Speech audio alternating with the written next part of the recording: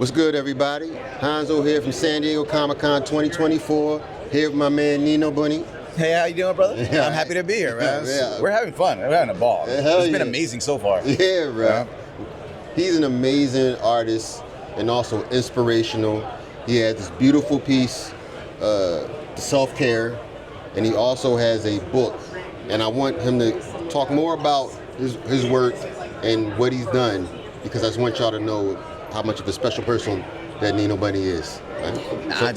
First of all, just thank you, man, for having me here, just being with you guys and just all the weekend long. But it's very inspiring to being around just different artists. It's like sharing that vibe just of just being able to talk about creativity and everything that we deal with and why we create the art that we create. Yeah. With myself, it was for my own personal therapy, for my own personal counseling, and that's why I like to create artwork just like this piece. It's called Self-Care because we need a little bit more of that in our lives. It's like we need to not only be there for others, but very importantly, be there for ourselves. Right. And everything that I focus on is trying to shine that light on mental health, especially nowadays, with the book as well called I'm Not Okay Today. That we have it here, and I wrote and illustrated because it was something I needed growing up.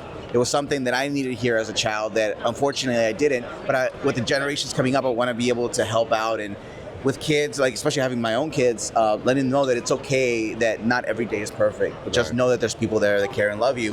And what better way to do it than the platform that we have, whether it be toys, whether it be books, graffiti art, paintings.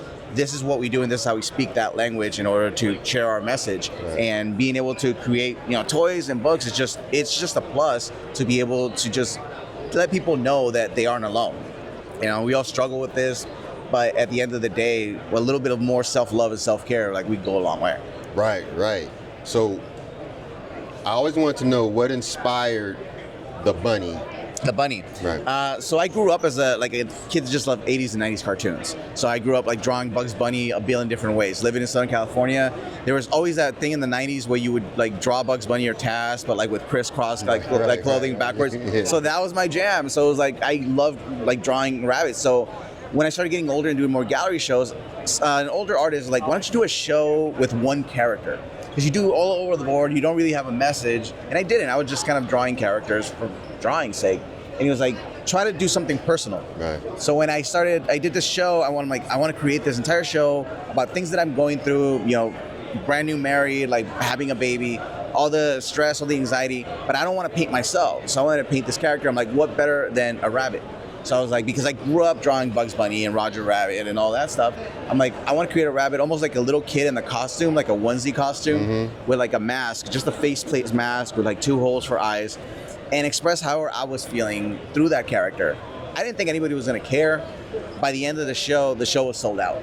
Dope. And it's when I realized that if I'm true and I speak my truth, whether it be through a character, a painting, a toy, people tend to connect with that because they know and they can feel that it comes from a real place. So the idea for the bunny just came from it's everybody yet it's nobody.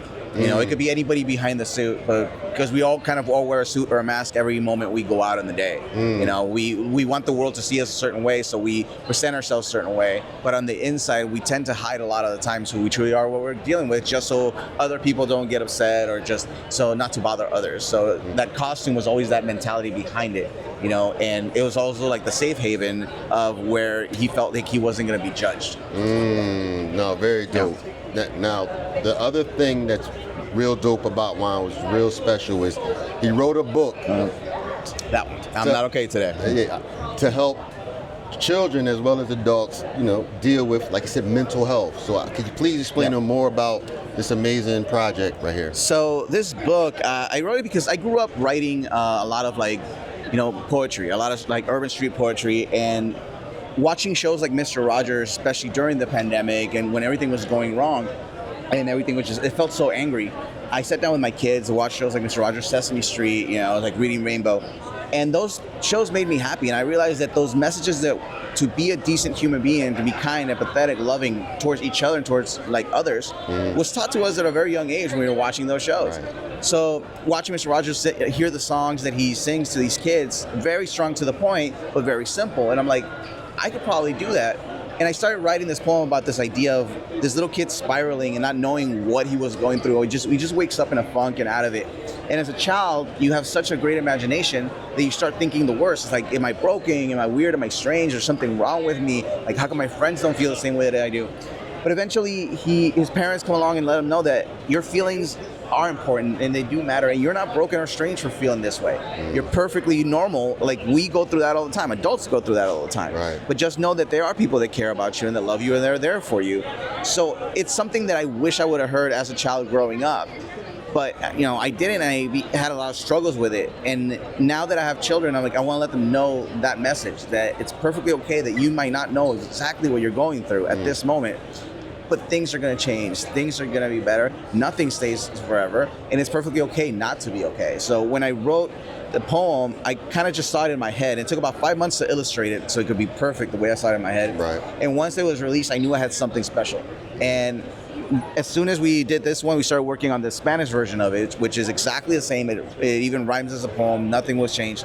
So I'm actually very excited for that one as well, along with a line of more books and toys that focus on just shining the light on mental health. Man, like I said, Juan there's like no off switch. We like-minded.